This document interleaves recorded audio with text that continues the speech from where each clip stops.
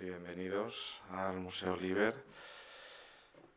Como de costumbre, pues quiero agradecer a la empresa Libertas S.A., que es la empresa de la cual la Fundación Libertas es la obra social y cultural. También quisiera agradecer a Bankinter, que patrocina nuestras actividades. Y en particular agradecer hoy a Iván Dragoev, nuestro conferenciante, y sobre todo agradecerles a ustedes por estar aquí entre nosotros en esta mañana de sábado. Hoy tenemos con nosotros a Iván Dragoev, que es colaborador de este museo y de esta institución y del Instituto Valenciano de Estudios Clásicos desde hace ya bastantes años, para impartir la conferencia sobre la liberación de Bulgaria, de la ocupación otomana de los siglos XIX y XX, los juegos estratégicos de las grandes potencias europeas. Para presentar a Iván Dragoev, diré que bien, él estudió Filología Clásica en la Universidad de Sofía y después se trasladó a Francia, donde continuó sus estudios y estudió Filosofía en el Centro de Sèvres de la Universidad de Teología y Filosofía Religiosa de la Compañía de Jesús en París. Después, en la Universidad de la Sorbona, hizo un DEA de Filosofía y después hizo la Escuela Regional Doctoral de Bucarest. Después, en Sofía, realizó su doctorado sobre aventura y vida cotidiana. A nivel laboral, ha trabajado en la Universidad du Temps Libre et du Citoyen en Juvisy, Francia. También es correspondiente del Centro Louis Gernet, Estudios de Religión Antigua, y con Jean-Pierre Vernant y Pierre Vidal-Naquet. Es subdirector de la Fundación Ibeco, Instituto Valenciano de Estudios Clásicos y Orientales, y profesor invitado en el CEU San Pablo, Universidad Politécnica, Universidad Valenciana y Universidad de Murcia, y de la nueva Universidad Búlgara de la Universidad Laval en Canadá. Sin más preámbulo, pues voy a ceder la palabra a Iván Dragoev. Muchas gracias.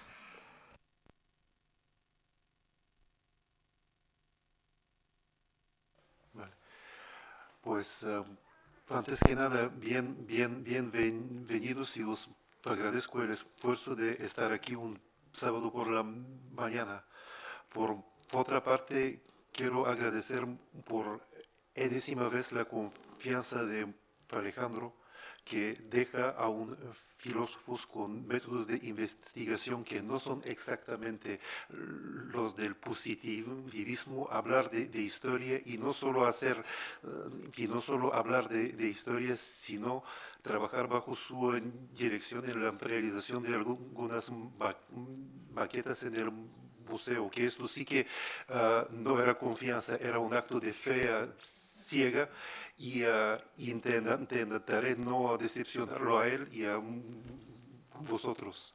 Que un filósofo hable de historia es un ejercicio bastante arriesgado. No pretendo hacer historia en el sentido positivista del concepto, sino voy a presentar unos hechos históricos para hacer sobre estos hechos históricos preguntas de orden filosófico. En esta conferencia se celebra la fiesta nacional búlgara, que es el 3 de marzo, que celebra el Tratado de San Stefano en 1878, cuando los prusos ganan la penúltima guerra pruso-turca, y las consecuencias de esta guerra es que se liberan de la influencia romana y de la dominación otomana, los búlgaros, los serbios, los turmanos. Es una fecha importante. No obstante, yo no paro de preguntarme por qué los búlgaros han elegido precisamente esta fecha como fiesta nacional, porque se trata de un tratado que da unas fronteras del Estado búlgaras de sueño, pero que no duran más que 4 meses, porque 4 meses después se hace el Tratado de Berlín, en el cual el territorio búlgaro queda reducido a un pañuelo. Y para entender esto,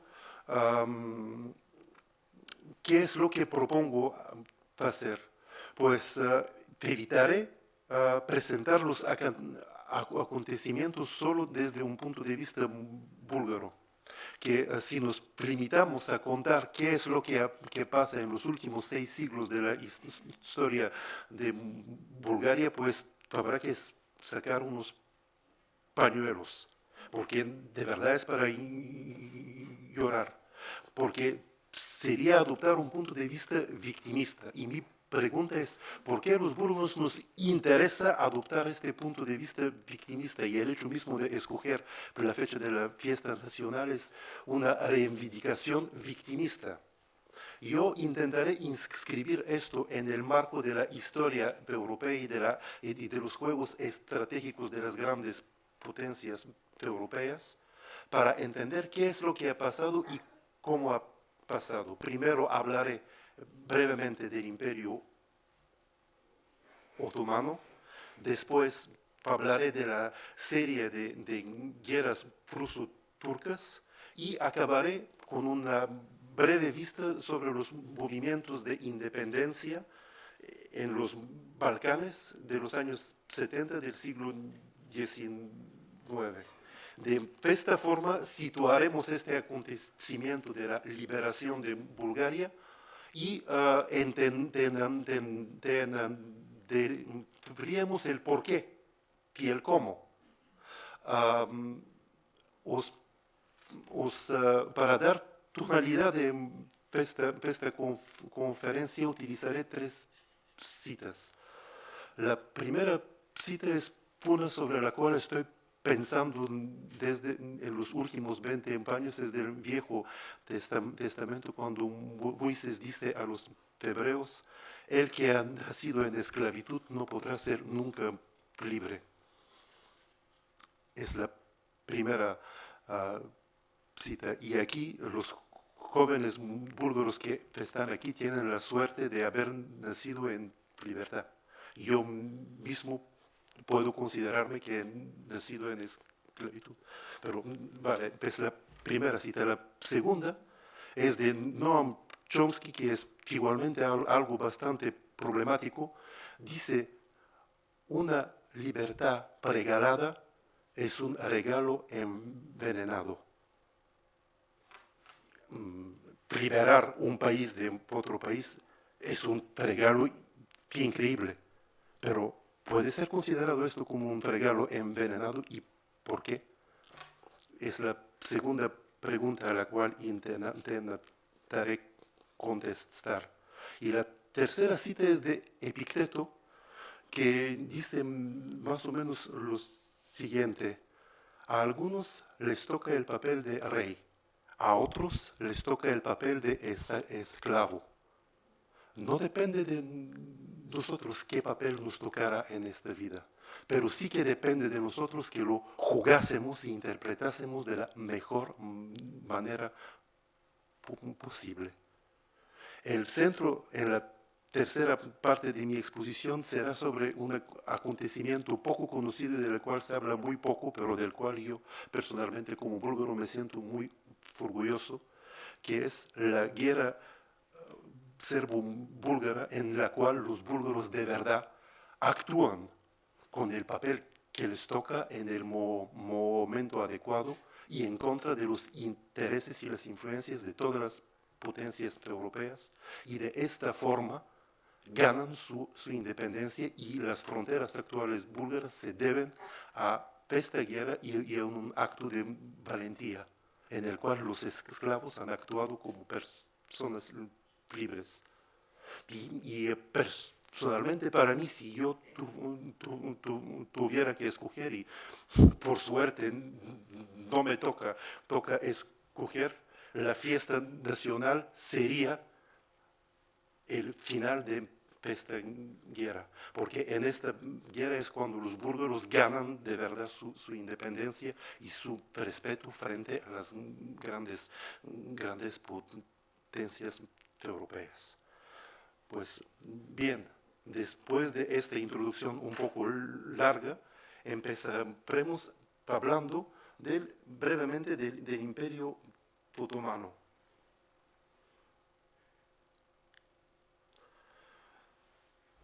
Pues el Imperio Otomano fue uno de los estados más poderosos del mundo. Como podéis ver por su expansión territorial, ocupaba un territorio solo comparable con el alcance del Imperio Romano. En parte, no son los mismos territorios. Y cuando digo ocupa, no es algo que dura durante 20, 30 o 40 años. Es una dominación que dura durante siglos. Y para hacer esto se necesita un ejército poderoso y una administración muy firme y muy eficiente. Y eso es lo que hicieron los otomanos durante siglos. Lo más curioso para mí era encontrar una cita de un historiador francés, Jean Bodin, que es una cita problemática, que me voy a permitir a leerlos. Tener pretensiones sobre el título de emperador universal puede solo el sultán otomano. Solo él puede pretender de forma legítima ser el sucesor del emperador romano. Claro, esto se hace en un momento en el cual Francia es paliada de los otomanos en su guerra contra la Casa de los Austrias. Así que esta afirmación no es inocente, pero al mismo tiempo no es el único que dice algo parecido. Lo que le permite comparar a los otomanos con los romanos es, por una parte, claro, que ocupan Constantinopla, la segunda Roma, pero es sobre todo la eficiencia de su ejército. Pero un ejército compuesto de dos partes. Todo el mundo, pienso que ha podido hablar de los famosos jenízaros. Los jenízaros era una infantería de élite formada un poco como eran formados los espartanos. Cada 10 años un grupo de administrativos pasaba por los pueblos de las naciones conquistadas y elegía a los niños más fuertes y más inteligentes. Estos niños eran enviados en escuelas especiales en Anatolia, donde recibían una formación militar y ideológica muy fuerte. Un jenízaro era un poco como por lo menos en los primeros siglos, como las fuerzas especiales. Era capaz de todo y entraba en misiones suicidas sin pestañear. La parte del ejército otomano del cual se habla muy poco, pero que era de verdad una de las más eficientes, eran los espajías, estos caballeros, esta caballería pesada, que golpeaba ahí donde menos se la esperaba. Por una parte tenemos una infantería de choque y de élite capaz de cumplir cualquier misión que se le encargue, sin miramientos hacia las pérdidas humanas, sencillamente porque se está preponiendo. Pero claro, para tener a disposición unos 100.000 geníceros, esto implica una política de reclutamiento y formación de largo plazo, porque un genícero no es un recluta novato, es una persona formada desde su edad de 5 años, en una fidelidad absoluta hacia el sultán y en un cumplimiento ciego de las órdenes. La caballería de Pélite se desplazaba con una rapidez que podría y actuaba de una forma que Alejandro me corregiría, que podría ser comparada solo con la eficiencia de la caballería de los compañeros de Alejandro Magno.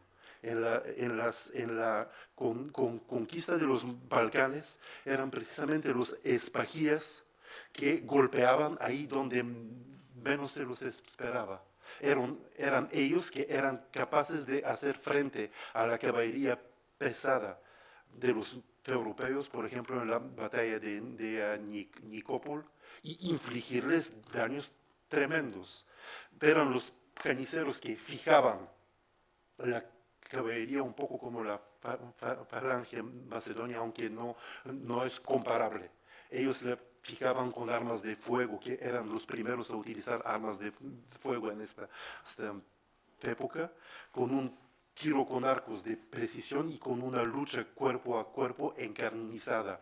Y era la caballería de los espajías que daba el golpe mortal ahí donde menos se lo esperaba. Y esto en un momento en el cual en Europa, pues a nivel militar ya no, claro, hay nuevas tecnologías que se aceptan, pero apenas. Los turcos, durante por lo menos los primeros 3 siglos de la existencia de su estado, eran la fuerza militar dominante en el mundo. Nadie podía resistir al ejército turco porque era más numeroso que cualquiera, más disciplinado que cualquiera y más rápido que cualquiera.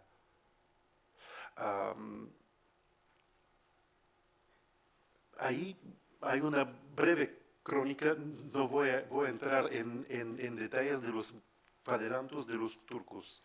Existía primero un estado turco seljuka en Asia, aniquilado por los mongoles, y después los turcos fueron utilizados como mercenarios por parte de los bizantinos para que luchasen contra los búlgaros y los serbios.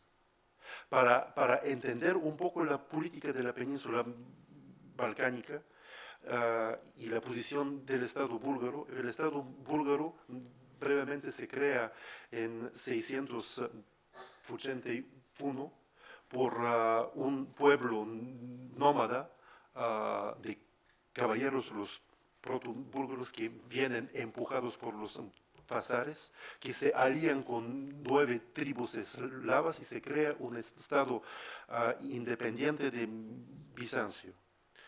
Claro, en la historia búlgara, si se mira solo desde un punto de vista búlgaro, tenemos momentos de gloria en el cual el ejército búlgaro llega hasta las puertas de Constantinopla. Pero eso es olvidar que esto ocurre solo cuando los bizancios están ocupados a luchar contra los persas y los árabes. En el momento en el cual el poderío militar bizantino no está ocupado con las potencias orientales, el Estado búlgaro lo pasa francamente mal y pierde su independencia durante 2 siglos. Así que es muy bonito hablar, claro, eso me estoy dirigiendo más que nada al público búlgaro, de la grandeza del Estado búlgaro, pero si no se tiene en cuenta que esta grandeza es siempre a la sombra de un gran imperio y que los momentos de fuerza son en los momentos cuando el gran imperio tiene el 80% de su capacidad militar ocupado en otro frente, es ser muy justos. El problema es que cuando vienen los otomanos, el 100% de la atención militar está dirigida, no el 100, el 80% está dirigido hacia Occidente. Porque en Oriente el ejército otomano está dominando a Persia, a Egipto, ahí donde lo pasan mal es cuando se enfrentan con los mongoles. Así que cuando el pequeño estado búlgaro se enfrenta a una potencia parodiadora de los musulmanes, lógicamente pierde. Aquí son un poco las fechas de la entrada de los musulmanes, de los turcos en Europa. Primero, los bizantinos los ceden unos territorios en Asia Menor, se crea el primer estado turco.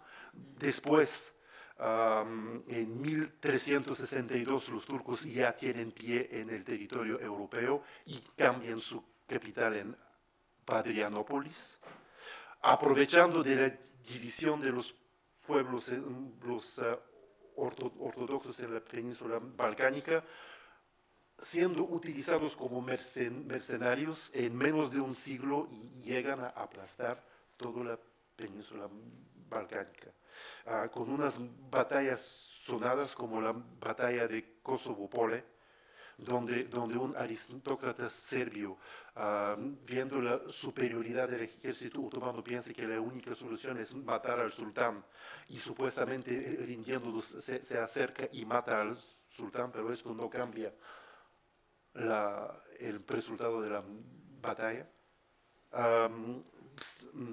Bulgaria es una de las primeras que cae.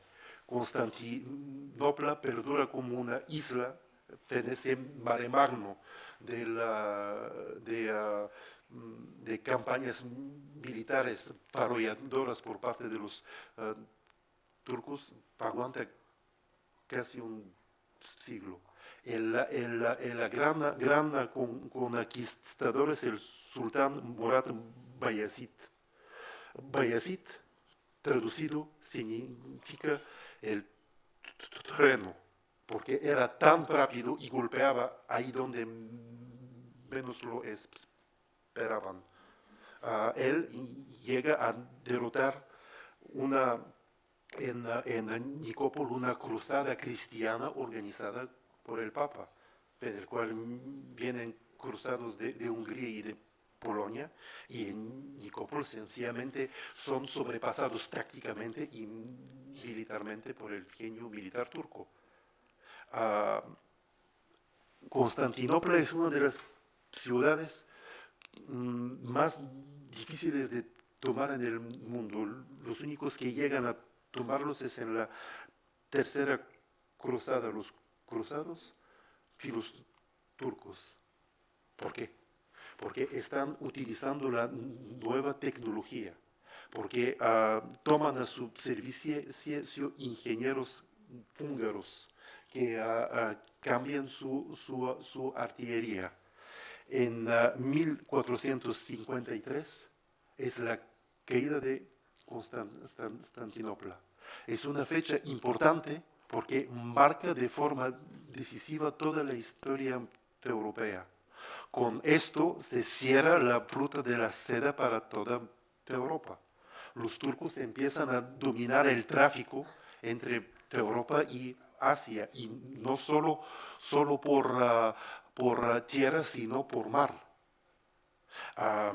No es casualidad que en estas fechas se empiezan a buscar vías para contornar África, nueva vía marítima hacia las Indias con Cristóbal Colón y el descubrimiento de América. Esto está relacionado con la dominación turca, porque Constantinopla es la puerta a Europa, era y sigue siendo para todos los productos de Asia Menor. De repente tenemos un monopolio sin ninguna posibilidad de negociar, que son los turcos. La caída de Constantinopla tiene igualmente otra consecuencia muy importante. En Italia huyen grandes eruditos bizantinos que empiezan a enseñar el griego en Venecia, Milán y Florencia. Esto es el principio del Renacimiento en Italia, que es el descubrimiento del gusto por la antigüedad, pero este descubrimiento es posible gracias a redescubrir el griego, gracias a la posibilidad de poder leer otra vez a los autores griegos en original. Por ejemplo, tenemos a Petrarca, que tenía una petición de Homero en griego y estaba llorando porque no lo podía leer. Solo un siglo después, esto era al alcance de la mayoría de los intelectuales europeos. Y esto está relacionado con la huida de los mejores eruditos bizantinos en Italia, con la creación de la escuela de Marcello Ficino, etc. La entrada de los turcos en la península balcánica corta el principio, digamos, de renacimiento que se podría observar en Constantinopla, en Bulgaria y todo esto. Hay un claro parón en el desarrollo cultural de los pueblos balcánicos. Pero sería muy equivocado decir que hemos tenido solo cosas negativas por el Imperio Otomano. Pues voy a contar una anécdota. Hace años asistí a una lección de la gran historiadora búlgara Stefka Mutavchieva que comparaba la dominación otomana sobre los pueblos balcánicos y la dominación árabe en España. Y básicamente decía, claro, los españoles de los árabes han tenido las matemáticas, la filosofía, el sistema de irrigación, el desarrollo urbanístico, el hecho de que España durante siglos era el territorio más adelantado culturalmente en Europa, mientras que nosotros de los turcos pues hemos tenido una disciplina feria, una disciplina administrativa feria, hemos tenido un espíritu guerrero que teníamos de antes, pero que se puso a un nivel aún más alto, y el concepto de kef. ¿Qué es kef? Pues para traducirlo para personas que no son búlgaras, es un poco la imagen de un hombre tumbado que fuma su narguilé con las odaliscas bailando delante de él y con la música y con una comida muy buena. Eso es básicamente el concepto de kef. Claro, es el kef masculino, pero existe igualmente la versión femenina. No me atrevo a describirla, las mujeres son las apropiadas para hacerlo. Y claro, después del curso, otro profesor mío, Georgi Capriel, se acercó a Stefka Mutavchieva y le preguntó, pero Stefka, ¿de verdad estamos tan mal parados comparado con los españoles?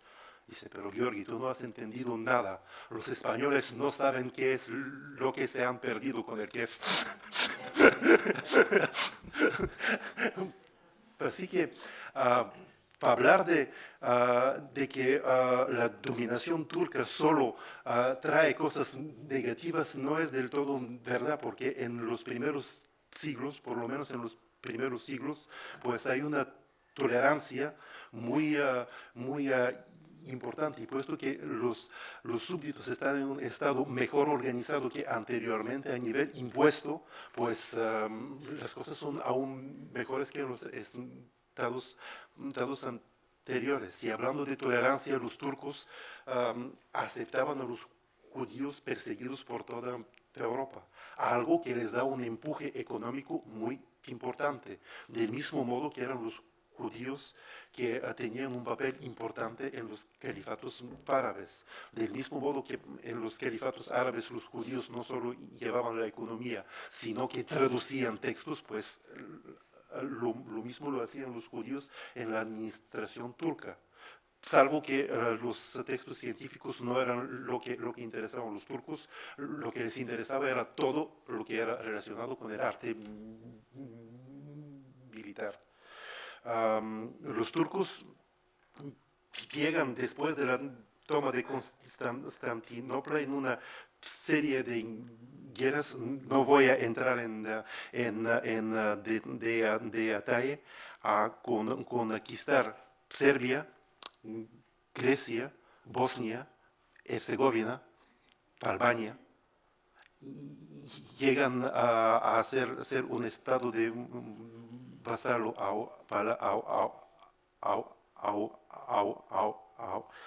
a Hungría y llegan hasta las puertas de Viena. Al mismo tiempo, pasan que el Kanato de los cosacos, cosacos sea un estado vasal. Llegan hasta Polonia, pues es una fuerza militar arrolladora. Y es frente a, justo delante de Viena, cuando son parados por una resistencia férrea de los austríacos. En la defensa de Viena hay igualmente mercenarios españoles que tienen un papel destacado. Después de este asedio de Viena queda algo muy importante en Europa. ¿Sabéis qué es? El croissant sí en parte, y por otra parte sí el café. Y el café, claro, uno de los secretos del ejército turco era el café, porque con eso los soldados eran más despiertos. Cuando los turcos se retiraron de Viena, pues quedaron algunos sacos de café, y por eso, claro, el primer café en Europa es el café vienés. Claro, el café vienés no es el mismo que el café turco. Si queréis, después os explicaré la diferencia exacta y cómo se bebe el café turco. Para beber el café turco, uno de los secretos es que hay que hacer un ruido que aquí en Europa se considera de mala educación, beberlo. Eso es el secreto de beber y de disfrutar el café turco. Pero, vale, seguimos. Así que 1500, 1600 es la fecha tope de la, digamos, de la expansión del poderío turco. A partir de ahí hay dos batallas importantes. Claro, se crea una coalición antiturca. Antes de esto, en la lucha interna europea, un golpe diplomático de Solimán el Magnífico, estupendo, es hacerse aliado con el rey de Francia para luchar contra los austrohúngaros. Gracias a esta alianza, los turcos llegan a conquistar toda Hungría, que queda bajo su dominación durante 2 siglos. Pero esto se debe a la alianza entre Turquía y Francia. Lo que no se suele decir, que en balanza era la elección de tener alianza con los austríacos contra los franceses o de los franceses contra los austríacos. ¿Por qué cuento todo esto? Porque para ver que en la historia no hay blanco y negro. Todo depende en qué punto de vista nos vamos a situar. Yo intento hacer una presentación desapasionada, pero sé que no es posible. Sigo siendo un búlgaro, y cuando hablo de la convivencia con los turcos durante más de 5 siglos, no es un acto inocente. Pero estoy aprovechando el hecho que al mismo tiempo soy francés para intentar no quedarme en una posición victimista.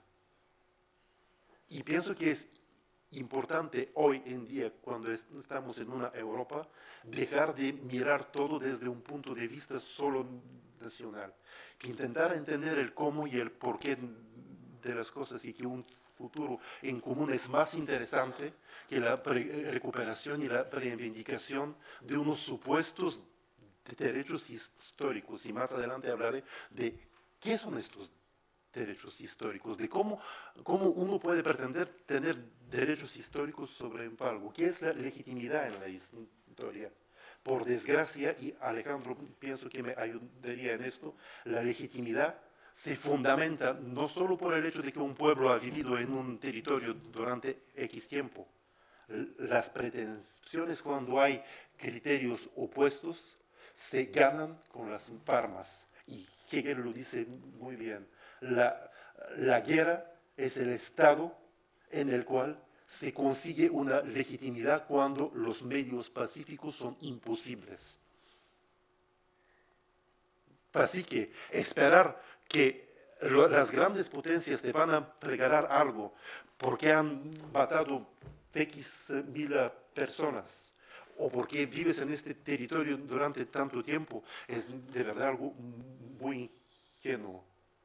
Y hablar de la injusticia de las grandes potencias, pues es un discurso muy bonito, pero desde mi punto de vista completamente inútil. Después de que se rompe la colaboración militar entre franceses y turcos, pues se crea una liga cristiana contra los turcos. Los grandes resultados son la batalla de Lepanto, de la cual pienso que conocéis mejor que yo. No voy a entrar en detalles, donde hay una gran derrota naval turca, y de esta forma se abre el Mediterráneo, que era dominado por la flota turca. Y por los corsarios de Argelia, que servían los intereses del sultán, del mismo modo que los corsarios franceses e ingleses luchaban contra los galeones españoles un poco más tarde. Pues de la misma forma los corsarios argelios y tunecinos tenían aterrorizado toda la costa mediterránea española, francesa e italiana. Las cosas son parecidas, pero todo depende de qué lado nos ponemos. Hay una derrota turca muy importante, que es en la batalla de Mocha. Después de esta derrota, en 1699 se firma la paz de Karlovitz, y es la primera paz desde la creación del Imperio Otomano, en el cual, cuando se firma paz con el Imperio Otomano no saca ninguna ventaja territorial, financiera o retribución de cualquier tipo. Esto, de verdad, desde mi punto de vista, es la fecha en la cual ya empezamos a poder hablar del declive del poderío militar turco. Si en los primeros 3 siglos los turcos eran el ejército más desarrollado, con los métodos militares más novedosos, en los últimos siglos los jenízaros y la caballería sigue cumpliendo las órdenes de forma ciega, pero ya no tienen la ventaja tecnológica. Pueden ganar gracias al hecho que es el estado más poblado en Europa y que tienen unas reservas militares prácticamente inagotables. Las batallas se ganan ya no tanto por genio táctico, sino por la aplastante superioridad numérica del ejército turco. Y claro, y cuando uno entra en esta lógica, pues tarde o temprano empieza a perder. Y es lo que está pasando con el ejército turco. Eso es la primera parte de la conferencia. ¿Hay algunas preguntas, reacciones antes de pasar a la segunda? ¿Sí? Una pequeña precisión. O sea, no es que los turcos busquen aliarse con el rey de Francia, es el rey de Francia el que busca aliarse con los turcos. Exacto.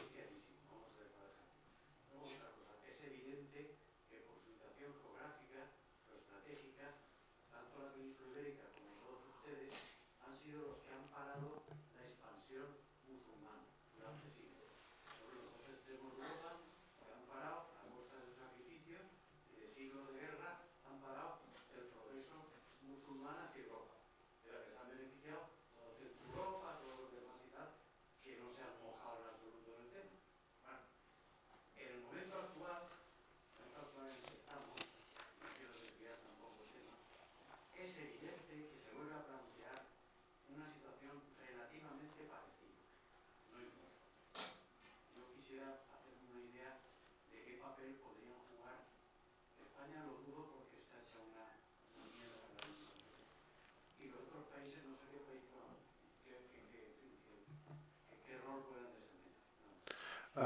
Efectivamente, usted tiene toda la razón del mundo en corregirme. Aparentemente me he expresado muy mal. Efectivamente eran los franceses y los austriacos que buscaban paliarse con los turcos porque los franceses estaban en guerra contra los austriacos y ambos buscaban un aliado. Los españoles contra la casa de los Habsburgos. Nunca buscaron aliarse con los turcos. Les pagaron para que dejaran de meterse con ellos. Vale, perfecto. Fuera el rey de Francia. Sí, el Francisco. Le agradezco la corrección y sigo pidiendo disculpas que como filósofo me estoy metiendo en un campo que no es del todo mío, que es la historia. Y agradecería a cualquiera que me corrigiese si te estoy adelantando hechos que no son del todo ciertos. Así que agradezco su precisión y a la pregunta que pase sobre la relación entre aquel momento y el actual, propongo que lo dejásemos para el debate final y tenemos a una persona más competente que yo que tengo a mi lado que podría hablar de esto. Yo solo me permito exponer unos hechos, claro. Otra cuestión es cómo se constituyen los hechos históricos y a partir de ellos reflexionar sobre el papel de un Estado pequeño que se encuentra en el cruce de los intereses de las grandes potencias, porque a diferencia de España, Bulgaria nunca ha sido una gran potencia. Y pienso que es el punto de partida necesario para hacer cualquier reflexión sobre la historia búlgara. Y la equivocación de los búlgaros es considerar que algún día han sido una gran potencia europea.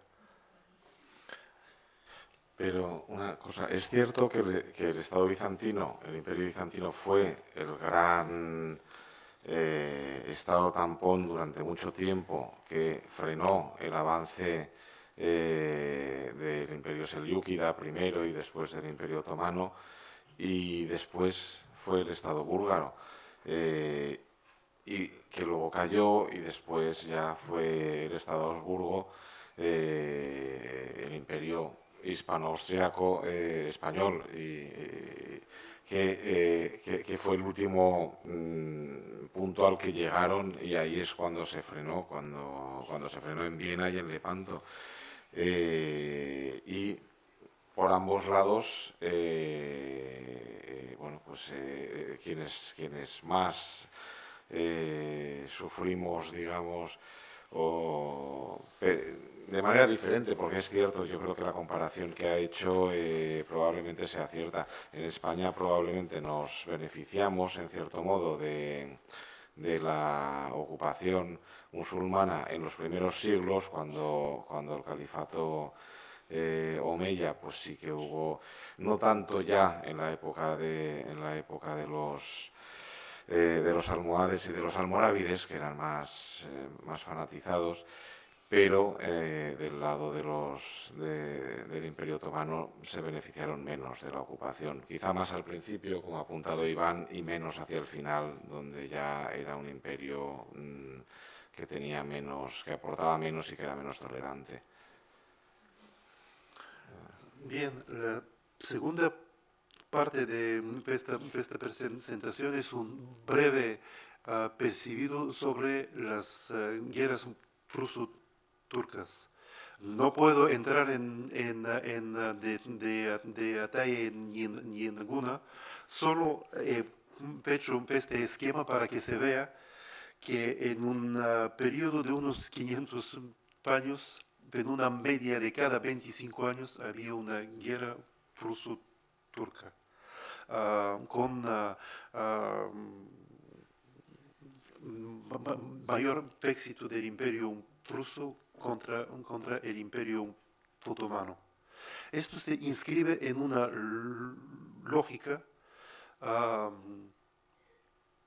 que empieza desde Pedro el Grande, la necesidad de los prusos de acceder al mar y sobre todo a mares calientes.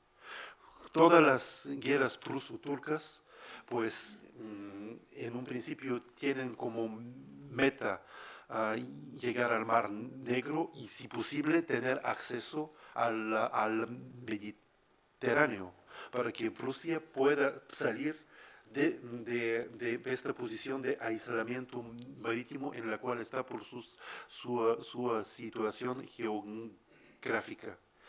Así que la guerra de liberación de Bulgaria de 1877-78 es una guerra más, claro, para los búlgaros es una guerra muy, muy importante, pero es una guerra más. Pero se inscribe en la misma lógica que, por ejemplo, el compromiso actual del ejército ruso en el frente de Siria. Pues una política que dura desde siglos. Así que en las motivaciones de las guerras, el motivo primero es esta necesidad estratégica de salir y de afirmar su posición en el Mar Negro y en otros mares calientes, que no hay que confundir con otra motivación, que es el hecho de que Rusia es el Estado, digamos, líder de los pueblos ortodoxos y eslavos. Y en este sentido, la política rusa es en contrapeso contra la política del imperio austrohúngaro, que dominaba grandes territorios poblados con eslavos y que por razón de Estado tenía una política anti-eslava. Así que para entender lo que pasa en la península balcánica es importante tener en cuenta estos dos ejes importantes de estas dos potencias dominantes en Europa: el interés estratégico de Prusia de salir a mares calientes y la protección y la potencia de los pueblos eslavos, liberar los pueblos eslavos del yugo entre comillas turcos, la dominación turca. ¿Por qué? Porque esto da estados influenciados y agradecidos a Prusia. Pero claro, a los austriacos no les interesa tener estados de este tipo. Por otra parte, la política rusa entra en contradicción con los intereses de la política de Inglaterra en el Oriente Medio, porque el imperio ruso es el imperio que ha crecido más en el Oriente que cualquier otro. El enfrentamiento entre Prusia y Inglaterra, que dura durante siglos, se conoce como el gran juego militar y diplomático. La pesadilla de los ingleses es que los rusos llegasen a las Indias. La amenaza de que una compañía de cosacos pues atravesase Afganistán y atacase Pakistán. De hecho, grandes diplomáticos rusos actuaban en Afganistán, y la guerra de Inglaterra contra Afganistán en cierto modo está debida a la intervención inglesa en Afganistán, de la influencia que está tomando un gran diplomático ruso en Afganistán. Es otra cuestión que luego el Ministerio de Exteriores ruso no lo apoyó y no cumplió los compromisos que él había contraído con el rey afgano. Así que el contrapeso de la política rusa de expansión y protección de los pueblos eslavos, los dos contrapesos mayores son, por una parte, el imperio austrohúngaro, por otra parte, los intereses de Inglaterra, que quieren limitar la expansión rusa en Asia Menor, y entra en juego igualmente los intereses del Estado alemán, que quiere expandir su influencia sobre algunos pueblos eslavos, y esto ocurre con Bulgaria, para hacer que, sencillamente para posicionarse en el tablero de ajedrez internacional y limitar la influencia prusa y tener algo a cambio para negociar con los rusos. Si yo no sigo expandiendo mi influencia con los esclavos, tú me dejarás hacer mi juego con los franceses y no intervengas. Eso, digamos, son básicamente las grandes pejes de la política europea del siglo XVIII, XIX, en el cual se encuentran los pueblos balcánicos. Los pueblos balcánicos que Churchill define de una forma muy gráfica y muy poco halagadora como la cloaca de Europa. Pero intentaré demostrar más adelante que esta cloaca no era algo de por sí, era algo creado, era el resultado del Tratado de Berlín que creó una polvorera que sigue activa hasta hoy, por desgracia. Así que de todas las guerras ruso-turcas me pararé en la guerra en la llamada guerra de liberación de los Balcanes. Ahí claro, no pude persistir para poner el retrato de Kutuzov, sí, pienso que me he equivocado, sí, de Kutuzov, uno de los grandes generales rusos, de los generalísimos rusos que no ha perdido nunca una batalla y que tenía una máxima muy interesante. Su táctica era siempre para adelante, nunca retroceder, aunque estés con un ejército menor, tienes que encontrar el punto débil del enemigo y golpear con la máxima potencia posible. Y esta táctica me la contó una conocida rusa en París y era muy divertido porque lo contaba para explicar cómo un hombre tendría que comportarse con las mujeres y era muy divertido y eso se presumía en 3 palabras: băistrăta, glazamior, natisk. Rapidez, establecer las distancias con la mirada y después máxima presión.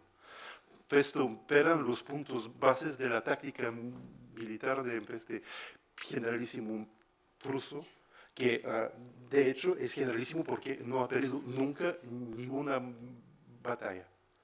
Y pues gracias a sus victorias contra los turcos en situación de desventaja numérica y táctica, y por otra parte, gracias a las victorias de un gran almirante ruso que es Ushakov, pues los rusos llegan a tener una presencia en el Mar Negro bastante importante. Llegan a arrancar el kanato de los cosacos de la influencia de los musulmanes. Un momento decisivo es la guerra de Crimea, que acaba en tablas, en la cual la intervención de las grandes potencias europeas, Francia e Inglaterra.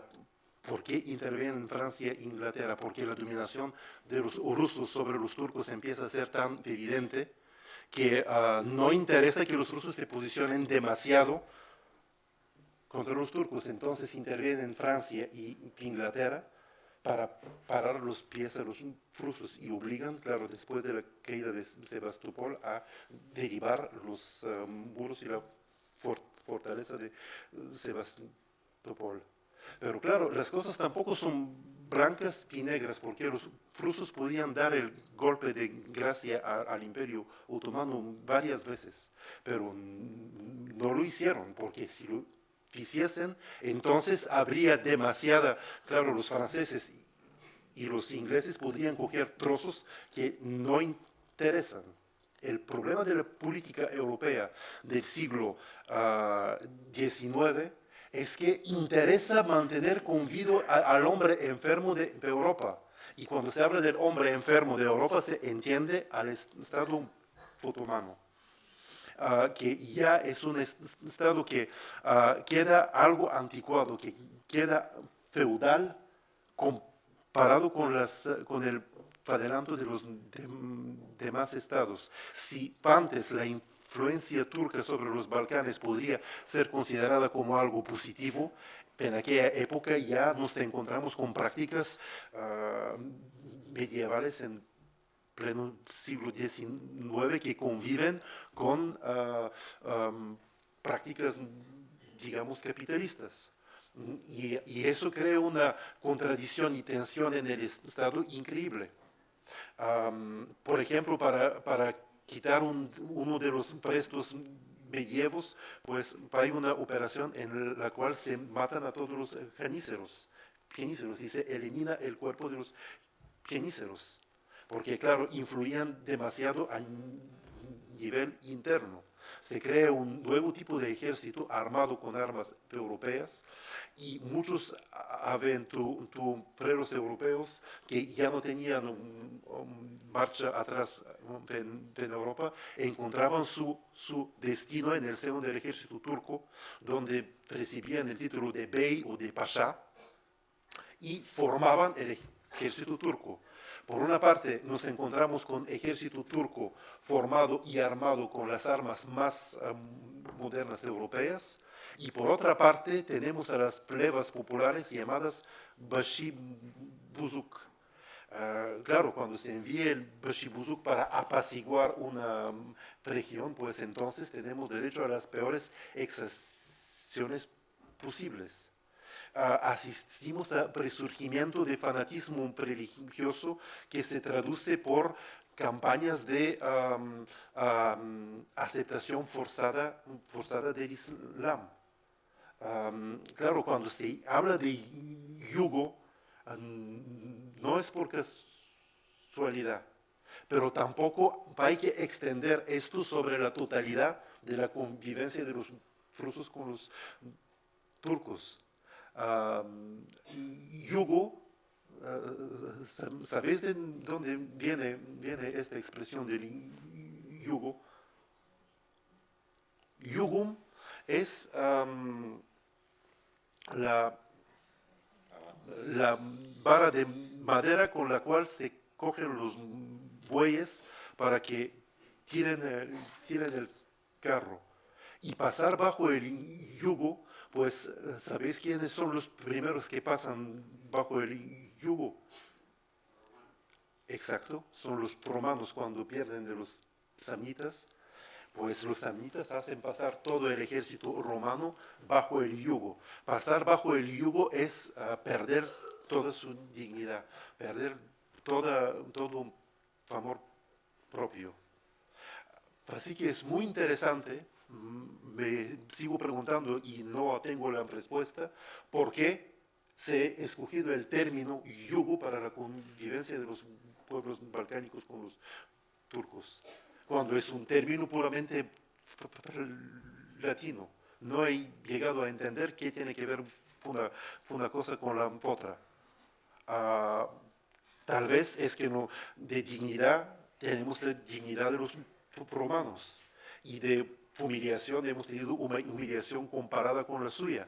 Pero para mí escoger este término sigue obedeciendo a la lógica de situarse en una posición victimista que sigo considerando que no es la adecuada si queremos convivir en un espacio europeo. Pues la guerra que nos está interesando de 1887-88 surge como consecuencia de unos movimientos de independencia en la península balcánica. Al principio del siglo XIX, Turquía sigue dominando toda la península balcánica. El único estado libre es Grecia, que se libera en 1829, claro, después de varias revueltas fallidas, claro, con el compromiso de intelectuales europeos como Oscar Wilde, etcétera, con todo el peso simbólico de la revuelta de Grecia, pero la triste verdad es que cuando interviene la flota inglesa y francesa, esto está en gran medida debido al hecho, claro, a pesar de todo el sentido moral y esto, detrás de esto hay intereses económicos. ¿Y sabéis cuáles eran los grandes intereses económicos en la Revolución griega? Pues es que del mismo modo que se apostaba en la bolsa, llegó un momento en el cual ya hay casi como un estancamiento económico en el juego en la bolsa, entonces salen acciones en las cuales se apuesta sobre el resultado de las revoluciones en Grecia.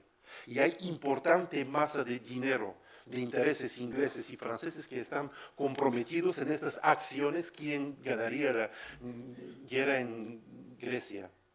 Y claro, cuando los griegos empiezan otra vez a pelearse uno con otros y los turcos están aprovechando, pues hay importantes presiones económicas para que la flota de su majestad intervenga, porque si no se perderían grandes capitales. Claro, la flota de Inglaterra y Francia interviene, los turcos sufren una derrota naval importante, se para el bloqueo naval que ejercía la flota turca, y cuando los griegos se liberan, luego se les presenta la factura. Y los griegos han pagado, como siguen pagando hoy, apuestas económicas europeas. Así que el único estado libre al principio del siglo XIX, libre de verdad en la península balcánica, es Grecia.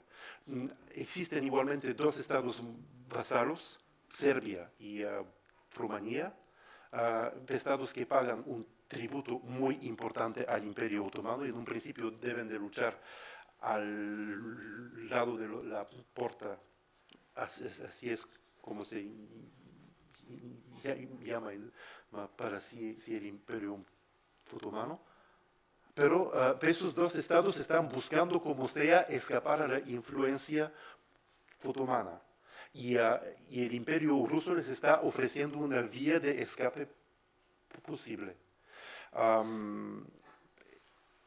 Hacia 1870, en los distintos pueblos balcánicos se crean movimientos de independencia. Por ejemplo, en Bucarest se crea un comité de revolucionario búlgaro con nombres tan conocidos como los búlgaros como Karavelov, Botev, Zaharis Stoyanov, que están intentando organizar algo para liberarse de la influencia turca y griega. Y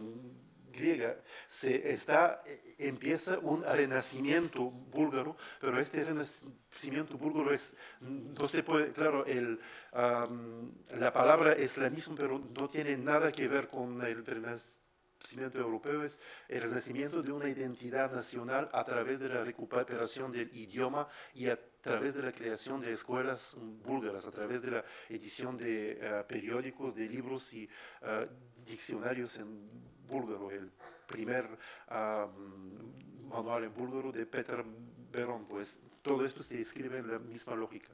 Y hay una persona de verdad ejemplar, Vasil Levski, que a pie recorre toda Bulgaria para despertar una conciencia nacional y enseñar la necesidad que seguir así es bien posible.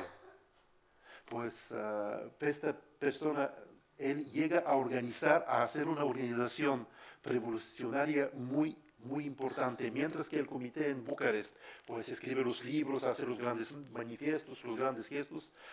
La persona que hace el trabajo de a pie, que crea de verdad las posibilidades de una revuelta, es una persona. Esta persona es traicionada, atrapada. Algo muy significativo para la mentalidad búlgara es que lo trasladan de Ternovo a Sofía con una escolta de no más de 10 soldados y nadie hace ni un intento de liberarlo. Esto obedece a una lógica muy propia búlgara, de la cual yo no estoy nada orgulloso personalmente, que es preklonena glavička sabene seche, que es cabeza baja, no la cortará la espada, que es una, por desgracia, sigue siendo una lógica propia de la identidad búlgara. Vasil Levski es ahorcado. Y en 1874,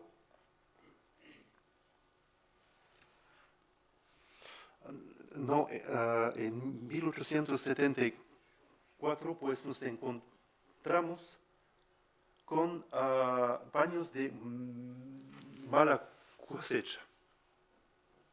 Una cosecha desastrosa, la presión fiscal aumenta y entonces hay varias revueltas campesinas. Primero son revueltas campesinas contra la presión fiscal, nada nacional. Revueltas en Bosnia, Herzegovina y Stara Zagora. Pues se envía el Bashibuzuk para apaciguar. Y os imagináis cómo apacigua el Bashibuzuk. Frasia, haciendo frasias. Pero estas revueltas campesinas pues toman el sentido de revueltas nacionales en Bosnia, Herzegovina y Bulgaria. Las revueltas son a la vez. Claro, cuando hablamos de la historia búlgara, hablamos solo de la famosa revuelta de abril, pero olvidamos que al mismo tiempo hay una revuelta en Bosnia y en Herzegovina.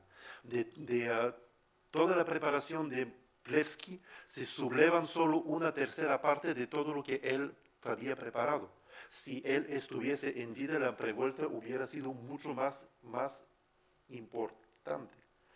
Pues esta revuelta pues está apaciguada de una forma ejemplar por el Bashibuzuk, de una forma tal que conmueve toda Europa. Y mientras que el primer ministro británico de Israel intenta decir no pasa nada, eso son cosas internas, no hay que actuar, pues hay una reacción por parte de Oscar Wilde, de Víctor Hugo, de Garibaldi, que están diciendo que lo que está pasando ya no tiene nombre, que esto no puede ocurrir ya en Europa.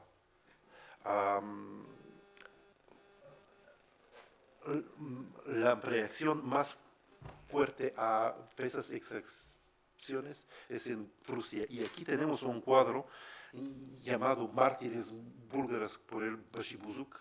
Como ves, el pretexto es muy bonito para presentar cuerpos desnudos femeninos, pero es un poco, se crea una serie de obras de parte que crean indignación, que crean una posición de hay que actuar ya un poco como fotos de Afganistán, hay que actuar ya contra los mujahidines y contra pues nada nuevo. Entonces Rusia, claro, al mismo tiempo, para ayudar a los eslavos en Bosnia y en Herzegovina, el Estado vasallo serbio entra en guerra con los turcos, pues no duran ni 6 meses. Es solo el ultimátum de Prusia que impide que los turcos pues pasen a Belgrado. Entonces Prusia empieza una campaña diplomática muy importante. Por una parte negocia con Austro-Hungría, pidiendo que si ellos entrasen en guerra contra los turcos, los austriacos no interviniesen. ¿Qué es lo que piden a cambio los austriacos si lo consiguen? Tener a Bosnia y a Herzegovina. Por otra parte, están negociando con Inglaterra, haciéndole concesiones en Oriente. Una vez asegurada el frente diplomático, el 27 de abril de 1877, Rusia declara la guerra a Turquía. Otro de los logros diplomáticos importantes era el permiso del Estado vasallo de los turcos o Rumanía que el ejército ruso pudiese atravesarlo. Los romanos cogen la ocasión en mano y envían un ejército de unos casi 50.000 soldados en ayuda para los rusos. Sé que los búlgaros con los romanos no tenemos la mejor relación del mundo. Es comparable a la relación con los franceses y los españoles. Para algo parecido, nos tenemos el mismo gran amor. Pero sería bueno de recordar que en la guerra de liberación de Bulgaria participan romanos. Los búlgaros igualmente hay muchos voluntarios que participan, pero por mandato de los generales su papel es limitado. Y claro, no voy a entrar en detalles sobre esta guerra. A él que le interesa puede encontrarlos fácilmente, y los búlgaros conocemos hasta la guerra día por día. Básicamente los turcos escogen un plan defensivo, pensando que librando una guerra de desgaste contra un ejército peor armado que ellos, porque los turcos tenían las últimas armas europeas y tenían oficiales europeos que les estaban formando para luchar de la forma más adelantada, pararían el ejército ruso en las grandes fortalezas de Bulgaria del Norte. La primera gran fortaleza, que es Silistra, cae después de un desastre muy importante. Eso es lo que tenemos en este dibujo. Después, el ejército ruso llega a coger los pasos de la cadena montañosa que corta Bulgaria en dos, que es Stara Shipka. Y ahí es donde pues hay muchos voluntarios búlgaros que están defendiendo este paso de montaña, que es capital para poder pasar a Bulgaria de sur. El ejército ruso queda bloqueado delante de la ciudad fortaleza Pleven. Hay un asedio de cuatro meses con ahí tenemos una escena precisamente del asedio de Pleven. ¿Qué es lo que pasa? El gran ejército turco del sur quiere pasar para ayudar al ejército situado. Y la guerra se juega en el paso de Shipka, donde rusos y búlgaros resisten un poco como en las Termopilas a la embestida de un ejército numeroso, regular y de Bashibuzuk. Pues esto entra en la mitología nacional. Tenemos al poeta búlgaro Vazov, que escribe un poema que se estudia por todo el mundo. Y claro, eso sí que es algo importante, pero digo yo, no es algo que justifica la libertad de un pueblo. Solo esta batalla no lo justifica. Y presentar la guerra de liberación búlgara, hablando de la gran aportación de las plebas y de los voluntarios búlgaros, sí es verdad, pero es algo exagerado, porque en esta guerra los rusos pierden más de 40.000 personas en el frente europeo y en el frente asiático, porque al mismo tiempo la guerra se pasa en Asia Menor, donde el ejército ruso está pasando. Después de la caída de Pleven, en 1888, pues el ejército ruso pasa en Bulgaria de sur y en nada llega hasta Adrianópol. Y a 18 kilómetros de Constantinopla es entonces el ultimátum de Inglaterra y de Austria: si dais un paso más, claro, si tomáis Constantinopla, ya intervenimos nosotros. Siendo en posición dominante, pues Rusia impone sus condiciones a Turquía. Consolidación de las posesiones marítimas en el este del Mar Negro, que Sebastopol pueda ser otra vez una fortaleza marítima, que Valaquia y Moldavia harán parte del Estado ruso, independencia para Rumanía y para Serbia, la creación de gran Bulgaria. ¿Qué es Gran Bulgaria? ¿Os acordáis que os dije que los turcos tenían unos registros de impuestos increíbles? Ellos sabían hasta cuántas cabezas de ganado había en un pueblecito perdido en las montañas. Pues, ¿qué es lo que pasa? Pues, utilizando los registros de impuestos turcos, en todos los territorios donde había más población dominante búlgara, pues esto sería la Gran Bulgaria. Algo que daría a los rusos acceso al Mar Negro y al Mar Egeo.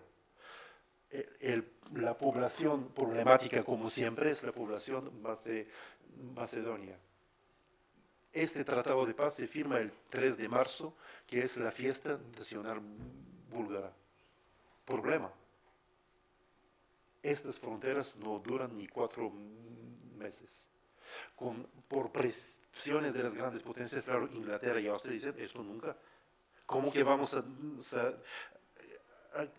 dejar que se cree un Estado grande en los Balcanes bajo influencia y dominación rusa? Esto sería una extensión de Rusia, esto sería un protectorado ruso. Pues empiezan claro, la flota de su majestad entra en el Mar Negro. Los rusos, exhaustos de esta guerra que era bastante sangrienta, no pueden seguir. Entonces, para preservar posiciones en Asia Menor, donde es el interés principal, los rusos ceden en acuerdos secretos que no va a haber Gran Bulgaria.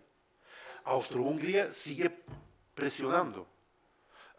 Ellos tampoco quieren permitir esto porque esto sería un precedente y provocaría el levantamiento de los pueblos eslavos bajo su dominación. Los rusos los siguen prometiendo en acuerdos secretos que tendrían a Bosnia y a Herzegovina. Entonces, 4 meses después, se hace el Tratado de Berlín, en el cual participan Rusia, Inglaterra, Francia, Italia, Irán, Turquía y todos los pueblos balcánicos, y nos encontramos con estas fronteras. Del Estado búlgaro se haría un principado, la parte de un principado dependiente de la puerta otomana. Esta parte que es Rumelia del Peste quedaría un Estado vasalo otomano. Toda Macedonia queda turca. Austria consigue que a Bosnia y a Herzegovina, y Serbia y Rumanía se quedan más o menos iguales. Os puedo decir que todas las guerras balcánicas que van a seguir en el siglo XX son fruto de este gran tratado de paz. A Bulgaria se le impone un príncipe escogido y en acorde entre Prusia y Austria, que es Alexander Battenberg, y hay un movimiento importante claro, en Macedonia y en Rumelia, que intentan por todos los medios, escriben en todos los periódicos, por todos los medios diplomáticos, para decir que esto es injusto. Efectivamente es injusto, pero, ya os digo yo, una libertad regalada es un regalo envenenado. Pensar que hubiésemos podido tener Gran Bulgaria solo con las víctimas de la revuelta de abril y con el heroísmo de las levas búlgaras en Shipka, pues es de ingenuos. Alexander Battenberg está empezando a dejar entrar en Bulgaria influencias austríacas y alemanas, que por interés económico consiguen hacer la vía ferrocarril en Bulgaria. Esto está empezando a ser visto muy mal por los rusos. La constitución de Ternovo, hecha y promovida por oficiales rusos, Alexander Battenberg la deroga, y con esto pues se pone muy mal con Rusia. Así que cuando en 1885 un grupo de búlgaros en Rumelia ahí los tenemos.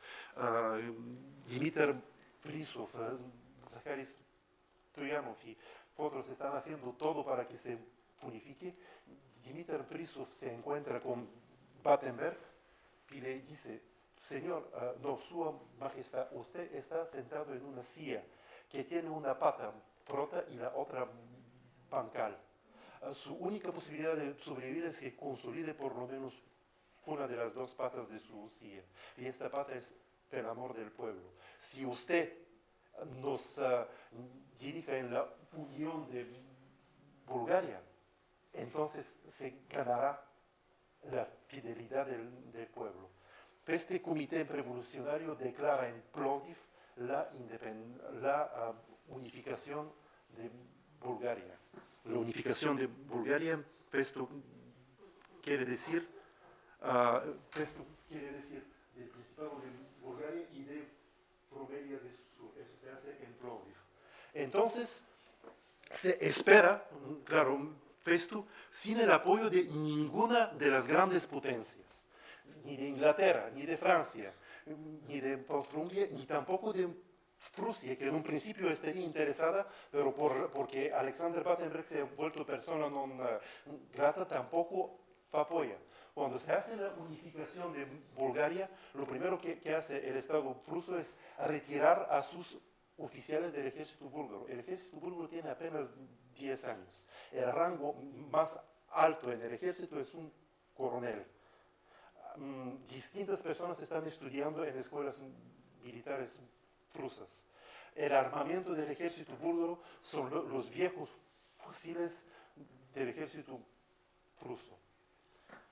Influido por los austríacos, los serbios deciden sacar su ventaja. Cuando se hace esta unión en 1835, todo el ejército búlgaro está a la frontera turca, porque piensan que habrá una reacción por parte del ejército imperial, que es lógico. Pero Turquía decide no intervenir, porque si interviniese, esto podría provocar nueva guerra con los rusos, algo que no interesa. Esto hace que los turcos no intervienen. Pero ¿quién interviene? El del quien se espera menos, los serbios, que es un ejército de ya casi un siglo, más numeroso, con armamento nuevo. Y el cálculo es muy sencillo. Si todo el ejército búlgaro está en la frontera con Turquía, nosotros golpeamos y pues toda esta parte hasta Barica, hasta el río Barica, sería Serbia. Porque necesitamos una compensación territorial, porque el equilibrio de los Balcanes sea roto. No voy a entrar en los detalles de esta guerra, pero en una proporción de 1:7, los búlgaros resisten. Vidin, que es la fortaleza del Danubio arriba, está asediada. El ejército serbio va hacia Sofía, la capital, porque pensando que si cae la capital, pues ya se pierde todo. Estamos en un estado sin infraestructuras. Durante 3 días, a marchas forzadas día y noche, prácticamente sin ferrocarril, porque el ferrocarril está en construcción, el ejército búlgaro va adelante hacia Sofía. Los pocos que están en la frontera con Serbia están retrocediendo y conteniendo el ejército serbio 7 veces más numeroso. En la posición fuerte de Slivnica se hace una batalla que dura 3 días. Los primeros días son muy sangrientos porque y están completamente dominados por los serbios. Pero cuando el ejército búlgaro empieza ya a llegar a Slivnica, hay un contraataque que hace que los serbios no solo se van del territorio de Bulgaria, sino el ejército búlgaro se encuentra a 80 kilómetros de Belgrado. Entonces interviene el diplomático austríaco Jungensepp, no lo puedo pronunciar, es muy complicado su nombre, y pues dice, si dais un paso más, eso es la guerra con Austria, ya encontraréis el ejército austríaco. Empiezan las negociaciones de paz, y en estas negociaciones de paz, claro, se firma la paz, pero cuando se firma la paz, el nuevo territorio de la Bulgaria unificada recibe un reconocimiento internacional. Y esto es el momento de la historia nacional del cual yo personalmente estoy orgulloso. Cuando un pueblo de esclavos se atreve a actuar como libres en contra de los intereses de las grandes potencias y sacar su paja del juego. Para mí eso es uno de los pocos momentos en los cuales los búlgaros son dignos de ser llamados pueblos, y si dependiese de mí, es la paz después de la guerra serbo-búlgara que merecería ser la fiesta nacional, y no la fecha frustrante del Tratado de San Stefano, en el cual tenemos una gran Bulgaria, pero que no existió nunca y que crea solo frustración de lo que hubiese podido ser y no ha sido nunca. Pues os agradezco la atención.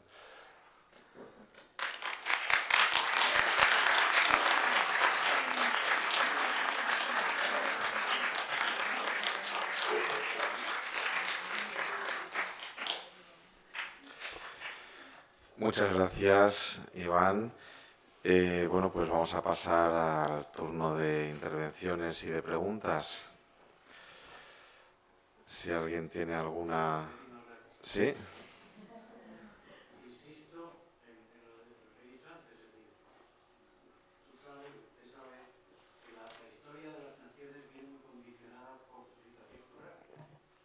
Para mí es el carácter que va durante siglos de una manera u otra condicionada. Entonces, ustedes están en una zona muy difícil, que siempre ha sido una zona de paso, ya sea contra Europa, de Rusia que está arriba y tal, ¿no? Los Balcanes pues han sido pues, un lugar peligroso y complicado. Sin embargo, como usted ha dicho, pues a la larga han sido parachoques que han notado, no solo ustedes los búlgaros, también los rusos en parte, también los turcos, que han notado que el Islam se propagara, como nosotros al otro lado, en el oeste, ¿no? Sin embargo, claro, yo pienso que la guerra del 14 creo que fue muy desastrosa, porque de alguna manera estropeó una serie de cosas que 20 años después llegó la Segunda Guerra Mundial y ha cambiado completamente el panorama. Lo actual, bueno, es distinto. Y luego hay otra cosa debajo de ustedes donde estaba el Imperio Otomano, ¿no? Que es lo que yo, Asia Menor, o sea, porque la gente cree Oriente Medio, no, Asia Menor es desde el Mediterráneo hasta la India, y ahí hay de todo. Y eso, su historia nos enseña que aquello es un hervidero que no tiene solución. O sea, constantemente van a estar invadidos, peleándose entre ellos. Cuando además aparece el Islam, es ya un enfrentamiento constante entre unos y otros. El Imperio Otomano, con todos sus defectos, lo mantuvo más o menos tranquilo relativamente y tal, ¿no? Y eso es lo que hoy día nos está preocupando y nos está creando unos problemas muy gordos, ¿no?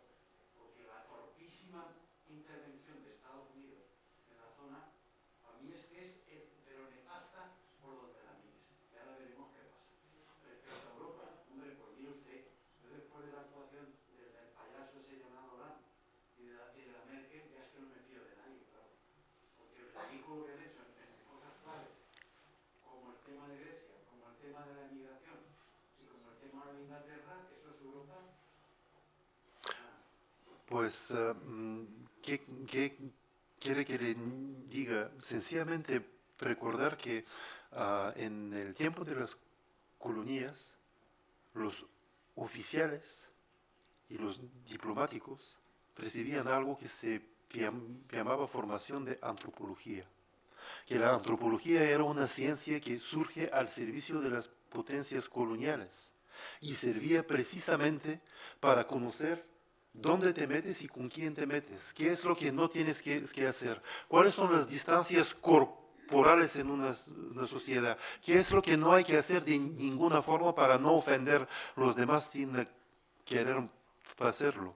La antropología surge al servicio de las potencias coloniales y los primeros grandes antropólogos son oficiales del ejército inglés, francés, ruso. Y el problema del siglo que encuentro yo en el siglo XX es lo que llamaría yo, espero que no voy a ofender a nadie, la idiotización de la formación universitaria que está formando funcionarios que están obedeciendo a una lógica interna y ya no tienen una visión, digamos, práctica, porque en aquella época los filósofos, los historiadores, los antropólogos, efectivamente servían a intereses políticos, pero evitaban meteduras de pata. Eso se llamaba defección de las élites. Pues no, y prefiero dejar a Alejandro que conteste igualmente a esta pregunta. No, yo además abundaría en lo que decía Iván, que realmente los políticos hoy en día, los estadistas, los gobernantes, no se rodean de personas formadas en ciencias humanas, ni de historiadores, ni... Entonces, vuelven a repetir los errores, sobre todo en Oriente Medio, que ya se han cometido tantas veces, y porque Siria es un país donde bueno, pues, han habido sucesivas guerras porque es punto de llegada de comercio bueno, pues lo ha sido de la ruta de la seda, lo ha sido de comercio, y es salida de crudo de Oriente Medio. Y lo será y seguirá siendo un punto geoestratégicamente, y también lo es el estrecho de los Dardanelos, por donde el Mar Negro, Rusia tiene su salida al Mediterráneo y desde donde Asia y Europa se unen, y tantos puntos en esa zona que no, que deberían, no sé, somos baratitos en general, los historiadores no solemos ser tan caros, podrían, no sé, intentar rodearse un poco más de gente con esa formación y escuchar lo que tienen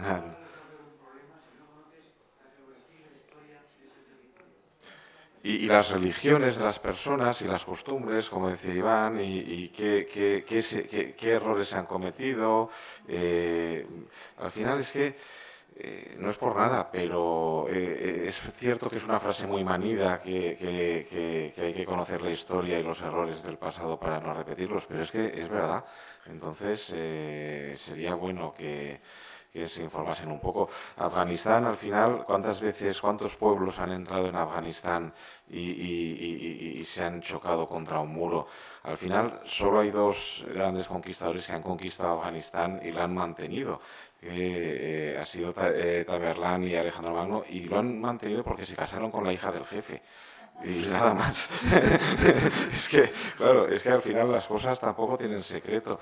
Y claro, yo no, pues ni Bush ni los rusos se casaron con la hija del jefe, pues había que estar dispuesto. Hay cosas que, bueno, pues si se estudia historia, pues, entonces, bueno, pues antes de meterse en Afganistán hay que estar soltero y estar dispuesto. Y si no, pues no te metas en Afganistán. Son cosas que...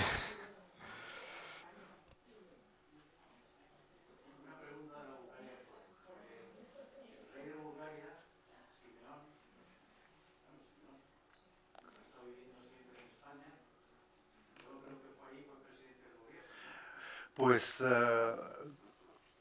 como os dije, tengo doble nacionalidad y no hay más católicos que los convertidos. El día en el cual yo me sentí muy orgulloso de mi nacionalidad francesa era cuando los búlgaros eligieron de forma democrática como primer ministro la persona que tenía derechos sobre el trono de Bulgaria.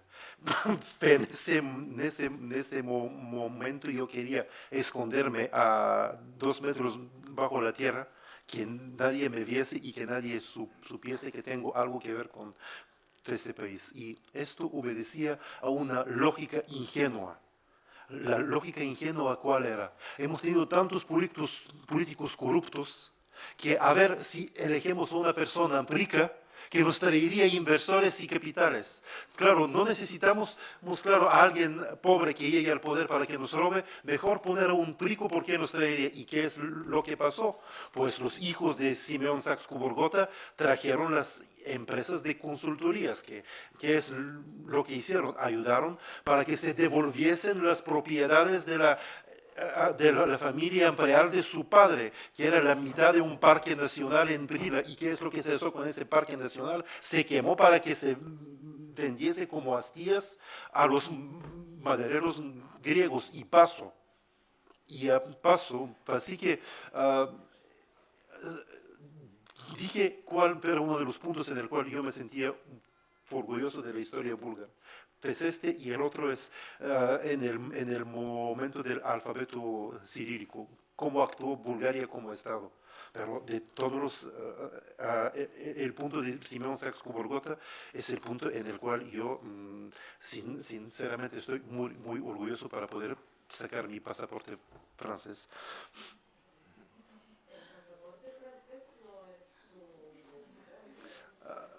Para mí sí.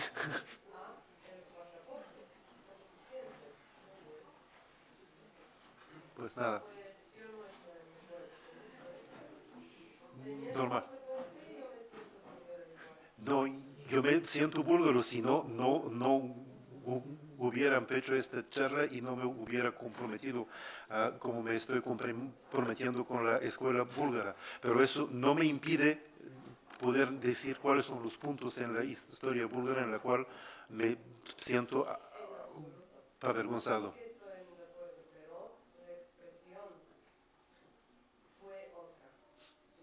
Pues si me he pasado en la expresión y he podido ofender a alguien, lo siento de verdad.